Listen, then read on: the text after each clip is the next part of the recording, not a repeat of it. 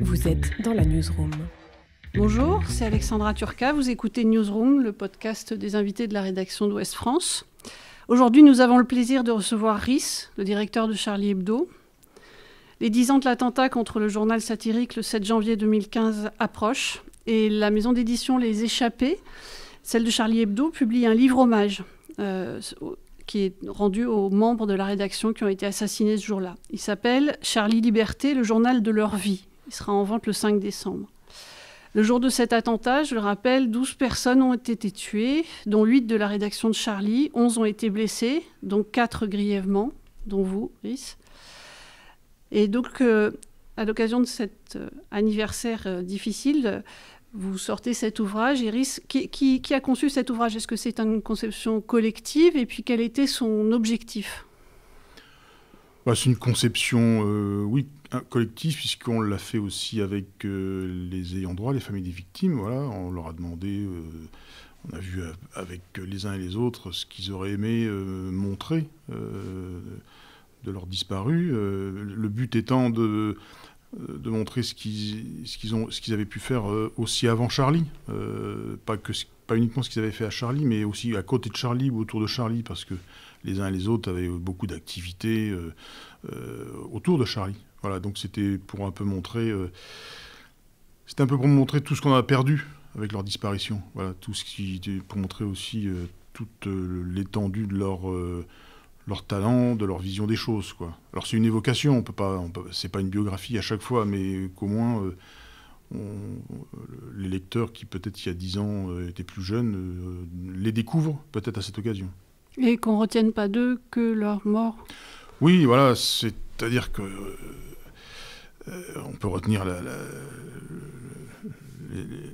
le moment de leur disparition, mais moi j'ai envie plutôt, c'est pour ça qu'on a mis le journal de leur vie, de mettre en avant ce qu'ils avaient fait durant leur vie, de montrer que ce qu'ils ont fait est toujours vivant en fait.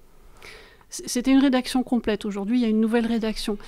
Si vous voulez bien, j'ai envie un peu que vous nous emmeniez rencontrer, en quelques mots ou anecdotes, cette rédaction qui n'est plus là, mais qui est encore bien en vie dans les souvenirs de ceux qui les ont connus. Cabu, quand je vous parle de Cabu, c'est quoi ce qui vous revient? Pour moi, c'est le rire. Quand Cabu arrivait dans la rédac, je savais qu'on allait bien se marrer. Enfin, le premier plaisir avec Cabu, c'est de parler de choses qui nous faisaient marrer, de l'actualité. Donc Cabu avait le rire facile et c'était le premier plaisir, c'était déjà de plaisanter de choses diverses et d'autres, avant même de parler du journal. Voilà. Donc Cabu, c'était le rire. Voilà. Et Cabu, en même temps, c'était un vrai journaliste, c'est-à-dire qu'il était toujours à l'affût de tout un tas d'informations qu'il lisait. Il lisait énormément de journaux. Et parfois, il nous amenait des informations que nous-mêmes, on n'avait pas. Il avait vu des choses, il sortait de son petit sac des extraits qu'il avait découpés, qu'il avait notés. Et il avait un œil de journaliste. C'était pas seulement un dessinateur, c'était un journaliste. Voilà. Donc Cabu était aussi quelqu'un qui avait accompagné toute une génération, parce que oui. En dehors du côté satirique, il avait été complètement mêlé aux émissions de Dorothée. On a grandi avec Cabu. C'est vrai, comme je l'évoquais avant, c'est vrai que les uns et les autres ont pu faire beaucoup d'autres choses à côté de Charlie. C'est vrai que Cabu, il avait toujours eu la préoccupation de transmettre le goût du dessin aux jeunes. C'est pour ça que quand on lui avait proposé à l'époque de participer à cette émission de Dorothée, lui, son but, c'était de donner aux enfants, aux plus jeunes, le goût du dessin. Voilà. Parce que quand on est gamin, on aime bien dessiner. C'est toujours marrant de voir quelqu'un dessiner. Donc, il pensait qu'il fallait presque créer des futurs lecteurs en leur donnant le goût du dessin très tôt. Voilà. Donc, il avait toujours l'idée de la transmission. Oui, donc effectivement, il y avait pas mal d'orphelins de Cabu après. Oui. Elsa Caya. Elsa Caya, elle est arrivée un peu plus tard. Moi, j'ai toujours trouvé que c'était...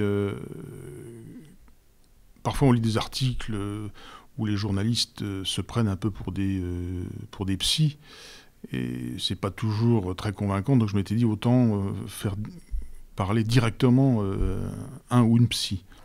Voilà, parce que je pense que la psychanalyse, c'est quelque chose d'important, et contrairement à ce que certains disent, qui ont tendance à la dénigrer, c'est quelque chose qui a apporté au XXe siècle et qui continue à être important, même si, malgré toutes les critiques, Charlie a toujours défendu les apports de la psychanalyse.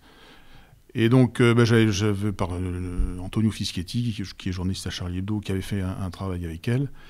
Je l'ai rencontré, puis je lui ai proposé de faire une chronique dans Charlie toutes les semaines, voilà, où elle racontait un peu sur le divan des aspects de la psychanalyse. Voilà. Et elle démythifiait aussi pas mal. C'est un peu ça. C'est pour ça que ça rejoint Charlie Hebdo. Charlie Hebdo, c'est un journal qui essaye un peu de s'affranchir des mythes. Et avec la psychanalyse, aussi de s'affranchir de ses propres mythes, de ses propres illusions. Donc, ce qui est pas facile. Tout le monde a envie de rester à l'intérieur de ses rêves, de ses illusions. Donc, qu'on fasse Charlie ou la psychanalyse, c'est un peu la même démarche. On essaye d'aller un peu derrière l'apparence. Qu'est-ce qui se cache ? C'est intéressant comme parallèle pour les prochaines séances. Et Charb ? Charb, moi je l'ai connu en 91 à la Grosse Bertha, et on était de la même génération. Il avait un an de moins que moi, et Charb, il a toujours voulu dessiner dans un journal. Alors que moi, au même âge, j'étais pas sûr du tout de ce que j'allais faire. Lui, il voulait dessiner dans un journal. Il avait d'ailleurs rencontré Cabu quelques années auparavant dans des émissions de télévision. Donc, lui, il voulait, quand il y a eu la Grosse Bertha, le journal qui a précédé Charlie Hebdo en 92, il était déjà là. Donc, c'était un acharné du dessin de presse. Et pour lui, Cabu, c'était sa star. Voilà. Et il avait la chance de se retrouver avec Cabu. Et Charb était, comment dire, des fois j'ai tendance à dire, il parlait comme ses dessins, et ses dessins parlaient comme lui. En fait, il y avait quelque chose de très direct qui pouvait sembler abrupt, mais c'est ça qu'il faut dans le dessin satirique. Il faut aller tout de suite à l'essentiel, et c'était un pur dessinateur satirique de ce point de vue-là, quoi. Il avait le verbe et il avait le sens de la formule. Comme le dessin. Le dessin, c'est une formule aussi, c'est graphique. Il y a toujours la formule graphique qui allait tout de suite là où vous voulez emmener le lecteur, même si c'est des fois ça le brutalisait un peu. Ça n'a pas dû être simple de choisir dans ses dessins à lui ? C'était l'occasion aussi de montrer ce qu'il dessinait avant qu'il apporte des dessins à la Grosse Bertha ou à Charlie Hebdo. En fait, très tôt, il a participé à des journaux étudiants, lycéens. Donc, très tôt, il avait envie de faire des journaux. Voilà, des journaux de toutes sortes, même un journal de mathématiques. Enfin, c'est absolument surréaliste parce qu'il avait horreur des maths, mais enfin, il arrivait quand même à faire des dessins sur un sujet qu'il détestait. Faut quand même être fort. Donc voilà, Charb, c'était ça, quoi. C'était un acharné du dessin. C'était sa vie, le dessin. Et Honoré ? Alors Honoré, c'était la génération précédente, une expérience beaucoup plus grande que nous, et lui, son dessin était, je ne vais pas dire plus classique, mais c'est un dessin qui ressemblait un peu à de la gravure sur bois. Mais son parcours était intéressant parce qu'il avait connu l'époque où dans les journaux, il y avait des illustrations. On faisait appel à des illustrateurs, où il y avait des directeurs artistiques qui commandaient des illustrations, et lui, il faisait partie de ces dessinateurs qui faisaient des illustrations. C'est pas forcément des dessins satiriques, mais voilà. Et donc c'était un peu une autre tradition. Mais il avait rejoint la Grosse Bertha en 91, et c'est là qu'on a fait sa connaissance, et qu'on a fait tout ce chemin ensemble. Oui, il y avait plein de générations qui se retrouvaient, des bébés Cabu, des plus vieux que Cabu. C'était ça qui était bien à Charlie Hebdo, c'est qu'il y avait toutes les générations, et en fait, on s'en rendait pas compte, en fait. Il n'y avait pas de clivage d'âge, en fait. Quels que soient les âges des uns et des autres, ou quelles que soient les origines professionnelles ou les parcours très différents des uns et des autres, finalement, ça faisait une équipe unie. Parce qu'on était réunis par les mêmes envies, les mêmes idées, le même humour. Et il n'y avait pas de frontière entre les âges, ni entre les origines des uns et des autres. Oui, et ce que j'ai vu dans pas mal de récits, c'est que c'était quand même beaucoup de rire oui, conférences de rédaction. Comme je le disais avec Cabu, dès qu'on peut rire, on saute sur l'occasion. Voilà. Même si l'actu n'est pas toujours très drôle, il y a toujours une bonne raison de dire quelque chose qui nous fait quand même bien marrer. Enfin, on se retrouve pour ça aussi. Oui, il y avait même un professeur d'économie, Bernard Maris. Alors Bernard Marie, c'est Philippe Val qui disait au début des années 90, je crois que c'était la grosse bataille, il faut qu'on parle d'économie. Parce que c'est vrai que l'économie prenait de plus en plus de place avec la mondialisation. Et c'est vrai qu'au début, déjà l'économie, c'est pas toujours facile à comprendre, mais c'était parfois un peu obscur. Et donc l'idée, c'était d'avoir quelqu'un qui parle d'une manière très pédagogique de choses apparemment compliquées. C'est pour ça que la première rubrique qu'il avait faite, qu'on lui avait proposée, que Val lui avait proposé à la Grosse Bertha, c'était... il avait fait le parallèle avec le personnage dans Spirou, il y avait Oncle... Je me souviens plus... Il y avait Fantasio. Non, il y avait les belles histoires de l'oncle Paul. Ah oui. Voilà, c'est ça. Et donc, c'est Val qui lui avait proposé, ou lui, je ne me souviens plus. Oncle Bernard, voilà. Ils avaient inventé. Oncle Bernard nous raconte, un peu comme autrefois dans Spirou, l'oncle Paul nous racontait des histoires. Donc, Val lui avait dit il faut que tu crées un personnage pour te libérer de ton personnage de prof d'université. Parce qu'au début, il avait tendance à parler comme un prof d'université. Voilà. Il lui avait dit parle à des gens qui n'y connaissent rien. Voilà. Et ça l'a décoincé. Et c'est là aussi qu'on voit que l'écriture à Charlie, c'est important. C'est qu'il a adopté un style beaucoup plus libre et qui était finalement beaucoup plus facile à comprendre pour le lecteur. Voilà. Et donc pendant des années, c'est ce qu'il a essayé de faire, de rendre compréhensibles des choses souvent incompréhensibles en économie. Oui, il est devenu un très bon prof. Mais c'était un bon prof parce que c'était un bon pédagogue. Oui. Voilà. Oui, clairement, il a réussi à vulgariser des choses. Voilà, mais il le faisait aussi grâce à l'humour. Lui aussi, Bernard, il avait beaucoup d'humour, et l'humour, c'est quelque chose aussi qui arrive à faire passer des choses. Même en économie, on peut faire passer des choses avec de l'humour. Il avait créé une rubrique qui s'appelait Les Grands Fauves, où il faisait des portraits de grands patrons, et c'était assez gratiné, quoi. Je ne sais pas si aujourd'hui, il y a beaucoup de chroniqueurs économiques qui oseraient écrire ces choses-là sur les grands patrons actuels. C'était très drôle. Oui, il était très drôle. Quel était le rôle de Mustapha Ourad ? Mustapha, il nous a rejoints pour faire un travail que le public, le lecteur ne voit pas souvent, qui est celui de correcteur. Ça a l'air de rien, mais c'est capital, puisque les correcteurs, il n'était pas tout seul, relisent les papiers que font les journalistes, et même relisent les dessins. Alors corrige d'abord les fautes d'orthographe, parce que des fois on laisse des fautes d'orthographe dans les dessins, donc il faut rectifier sur les fautes sur les dessins, mais aussi dans les papiers. Et vérifie aussi si les infos dans les papiers sont exactes ou pas, parce qu'il y a parfois des journalistes qui ne vérifient pas toujours ce qu'ils racontent ou se trompent de chiffres. Donc c'est aussi un travail de vérification journalistique qui est important en fait. Et Mustapha, c'est ce qu'il faisait avec celle qui chronique la rubrique des animaux dans Charlie qui s'appelle Luce Lapin. Donc pendant des années, ils travaillaient tous les deux dans leur bureau, et c'était à eux qu'on amenait nos dessins pour les corriger. Et voilà, on essayait de faire en sorte de faire le moins de fautes possible, pour pas passer pour des cons. Apparemment, il était assez intraitable. Oui, mais tous les correcteurs... la grammaire, c'était un correcteur à l'ancienne. En général, les correcteurs sont pointilleux, méticuleux et coupent les cheveux en quatre. Mais c'est bien parce que c'est vrai qu'on s'aperçoit que la langue française, c'est pas simple, mais c'est passionnant. Parce qu'il était passionné par la langue française, par les subtilités grammaticales, par les mots. Et parfois, quand on lui faisait découvrir un mot qu'il ne connaissait pas, un mot un peu technique, voilà, il était à l'affût de choses qu'il n'avait pas encore découvert de la langue française. Voilà.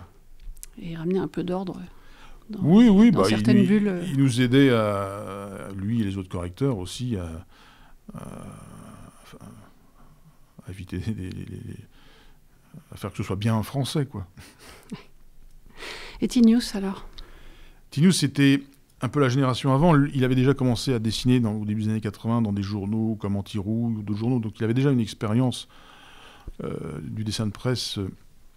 Il avait fait des dessins dans l'Idiot International. Moi, c'est là, comme lecteur, quand j'étais étudiant, que je l'achetais parce que on trouvait GB, ou il y avait des pages avec plein de dessins dans l'Idiot International.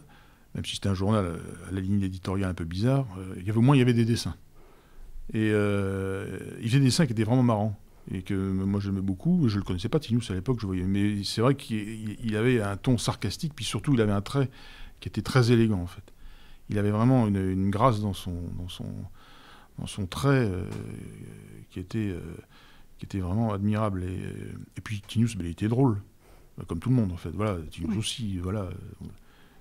Quand on pense à Tinous, on pense à son rire, voilà, qui est inimitable. Et puis, Wolinski. Wolinski, c'était la génération de Cabu. Ouais. Alors, il venait de temps en temps au journal, il amenait sa bande, toutes les semaines, il y avait une bande qu'il rendait. C'était souvent ce fameux duo qu'il avait créé au début des années 70, qui s'appelait Monsieur. C'était deux personnages qui dialoguent, mais c'est des dialogues de sourds. Il n'y en a aucun qui écoute ce que dit l'autre, ils se parlent sans vraiment répondre à ce que disait l'autre. Et c'est assez drôle parce que c'est finalement un peu... c'est peut-être un peu Wolinski qui s'exprime, et c'est un peu les contradictions de Wolinski qu'il mettait dans la bouche de ces deux personnages. Parce que quand on dessine, on se dévoile un peu. On se dévoile toujours un peu. Et Wolinski, dans ses dessins, il se dévoilait. C'est ça qui était bien, en fait. Il y avait quelque chose de vraiment artistique. C'est-à-dire que il se protégeait pas. Il osait vraiment se mettre à nu ce qu'il pensait, même si ça pouvait choquer. Mais c'était... du coup, ça faisait réfléchir, en fait. Ces dialogues étaient d'abord drôles et faisaient réfléchir. Et puis il y a Simon Fieschi qui est mort beaucoup plus récemment. Alors, Simon, qui avait été très grièvement blessé. Simon Fieschi est arrivé au journal dans les années 2012 ou 2013 parce qu'on avait besoin d'un webmaster. Voilà.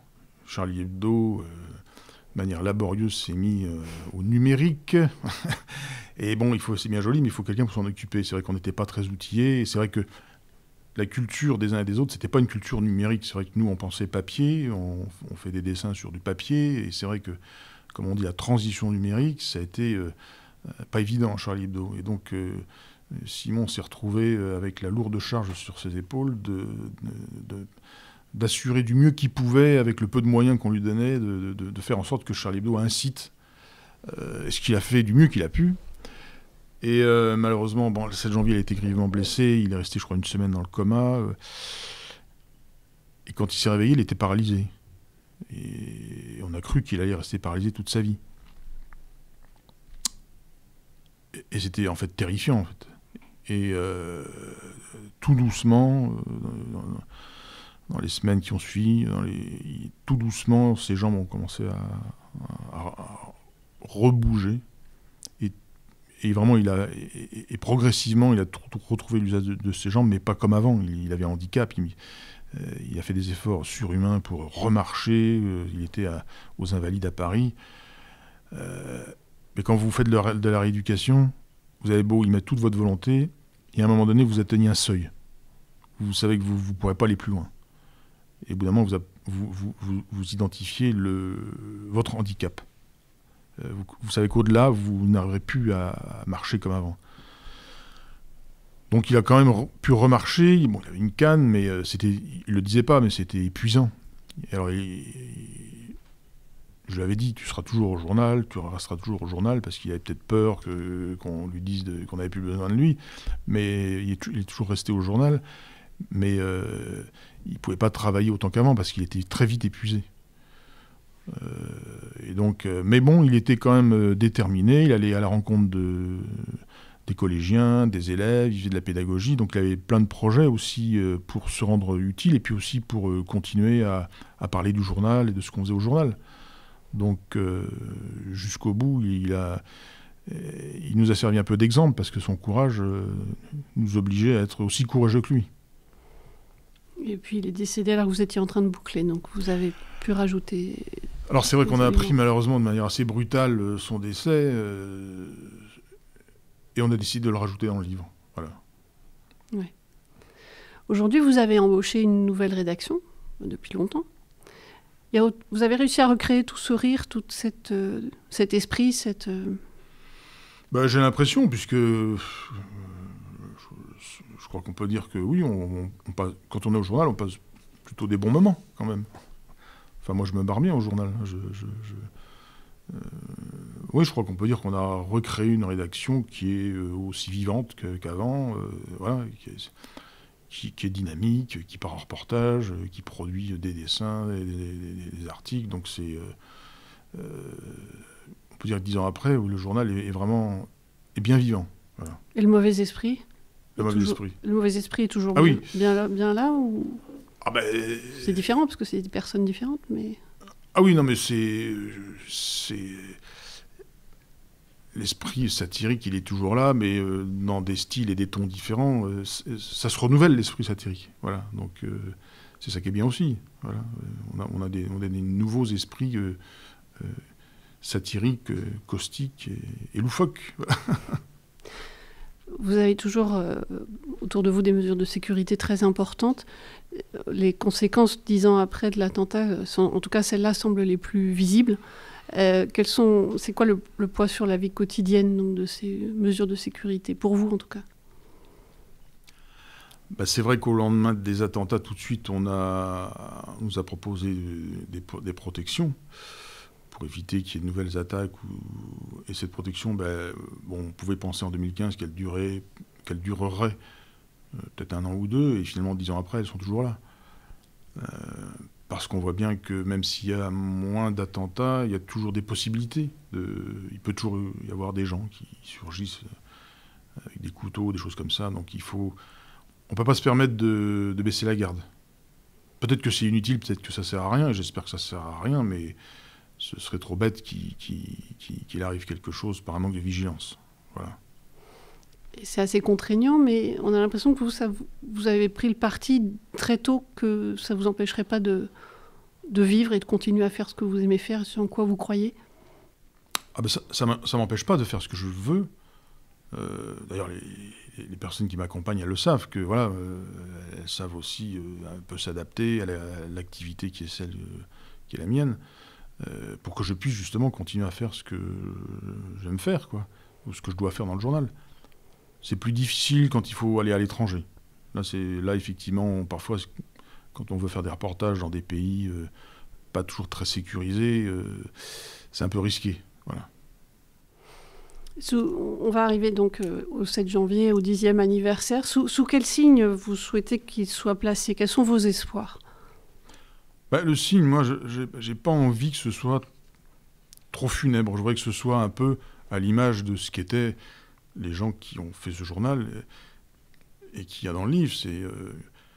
Même s'ils pouvaient être parfois pessimistes, ils étaient quand même combatifs. Voilà, donc Charlie est toujours un journal combatif. Et malgré l'adversité, malgré les drames, on a toujours eu envie de faire le journal. Donc ce qu'on a envie de transmettre, c'est le goût pour faire ce journal, pour le lire, pour trouver plaisir à le faire et à le lire. Mais dans un esprit... pour le faire, il faut être combatif. Voilà. C'est en vous-même que vous trouvez les ressources pour continuer. Et c'est aussi de donner aussi un peu confiance aux jeunes journalistes, aux jeunes générations. Il ne faut pas avoir peur. Il faut continuer à aimer, à faire d'abord des journaux, pas que Charlie Hebdo. Il faut continuer à aimer à faire des dessins satiriques. Il faut pas s'arrêter d'aimer ça. Voilà. Merci beaucoup. Ça Merci. sera le mot de la fin. Merci d'être venu nous parler de vos amis, de ce livre. Donc, je vous le donne pour que vous puissiez le montrer. Charlie Liberté, le journal de leur vie. Il sera en librairie le 5 décembre. Et puis, merci pour ce mot de la fin. Merci.